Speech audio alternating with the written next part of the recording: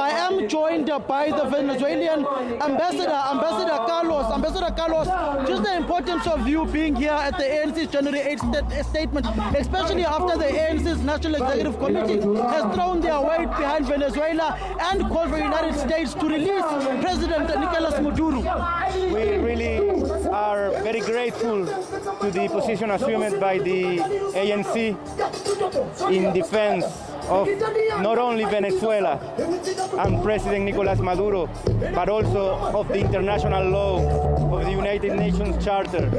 It has been a brave and strong position that we, the people of Venezuela, really are grateful and appreciate it very much.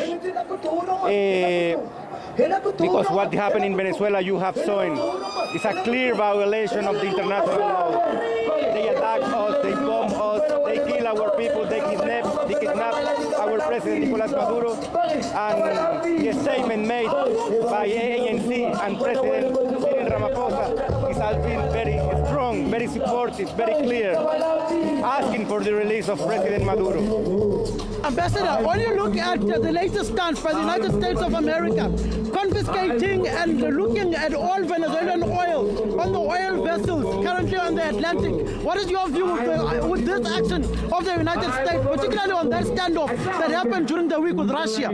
What we can say is that Venezuela are a sovereign country, an independent country. We have fought 200 years ago for our independence, and it's going to still be an independent country. The resources of Venezuela is for Venezuelan people. Our land, our mineral resources, our oil resources is for the Venezuelan people. It's for our country. It's for our homeland. And that is going to be like this. Were any of your ships, were any of your vessels of oil intercepted by the Americans who were looking for this Venezuelan oil? They have intercepted several oil tankers on the Caribbean Sea in an illegal act of piracy against the trade laws, against also the international law, something that they cannot do and cannot be doing. It's something that we believe is going to go against them itself, because it's true, it's against international law, but it's also against their internal laws.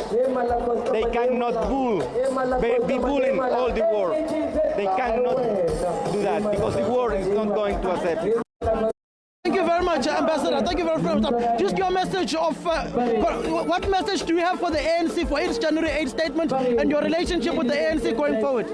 I renew my deepest thanks and grateful to the ANC, President Ramaphosa, but also to all the South African people that has been very supportive, that make us strong to continue, to keep going, because in Venezuela, although what happened last Saturday, the people is still standing, the government is still standing, the institutions are still in place, and that's also because the international solidarity we have been receiving, the brave position assumed by many countries, where South Africa is a lead country on this. Thank you, South Africa. Thank you, ANC. Thank you, President Ramaphosa. Thank you very much, Ambassador.